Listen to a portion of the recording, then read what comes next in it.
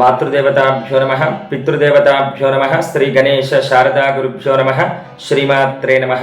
Shri Vedagayatri జ్యోతిష్యాల YouTube channel వీక్షకులందరికీ నమస్కారం.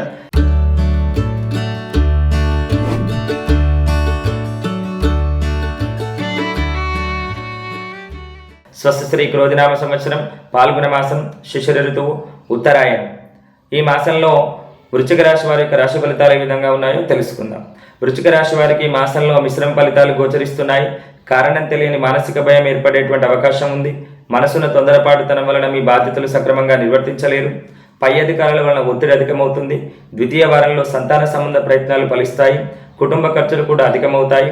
ఈ మాసంలో 14-15వ తేదీల్లో చేయు ప్రయాణాలందు జాగ్రత్త వహించాల్సినటువంటి అవసరం ఉంది. కోర్టు వ్యవహారాల్లో విజయాన్ని పొందగలుగుతారు. వృత్తి, ఉద్యోగ, వ్యాపారాల్లో ఉన్నటువంటి వాళ్లకు కాస్త ఇబ్బందికరమైనటువంటి పరిస్థితులు ఏర్పడేటువంటి అవకాశం ఉంది.